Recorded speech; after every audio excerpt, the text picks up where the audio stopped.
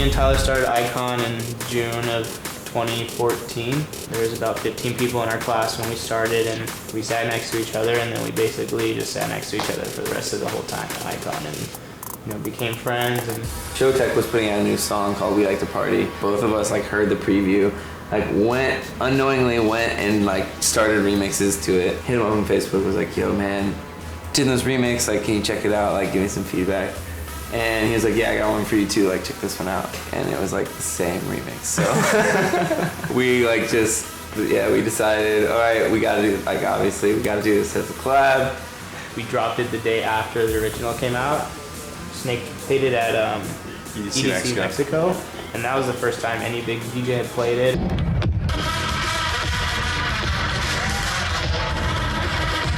That was the first time that it inspired a lot of belief in ourselves too. No one really played it for a month after that. That was at the beginning of March, and then we all went to Coachella. The day that Carnage was playing, he followed me on Twitter, and the only reason he would follow me on Twitter is because it was linked to the download of the track. So I walked over there and with a couple of my friends, and we were watching him for 15 minutes, and then at the 20-minute mark, he hits it. That was the first time I ever heard one of my songs at a festival, and I just broke down. At that moment, I just everything in my mind switched. I was just we can do this. There's nothing that is really stopping us at this point other than our own motivation.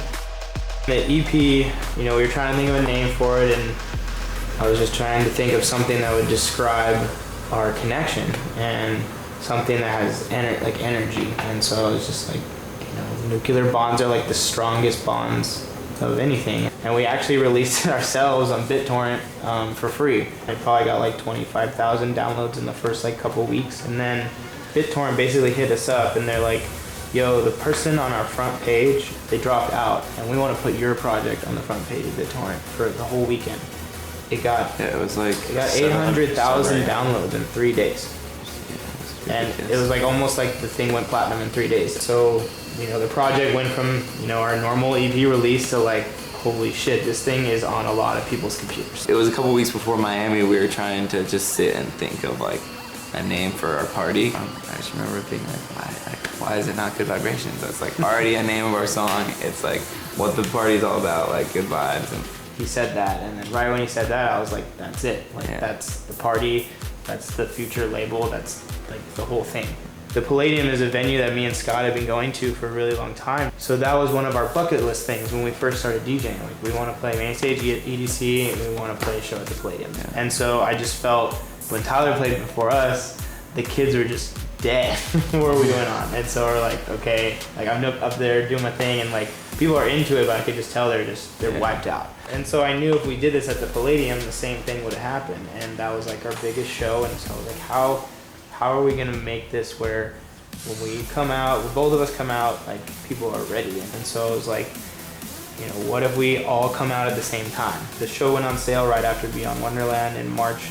It sold out in 14 minutes, the first one. And it's 3,700 tickets. And so we were just completely blown away, what the hell is going on? And then we decided to this is our moment to go big or whatever. Let's just do it. And we put up the next one, and it sold out in a minute.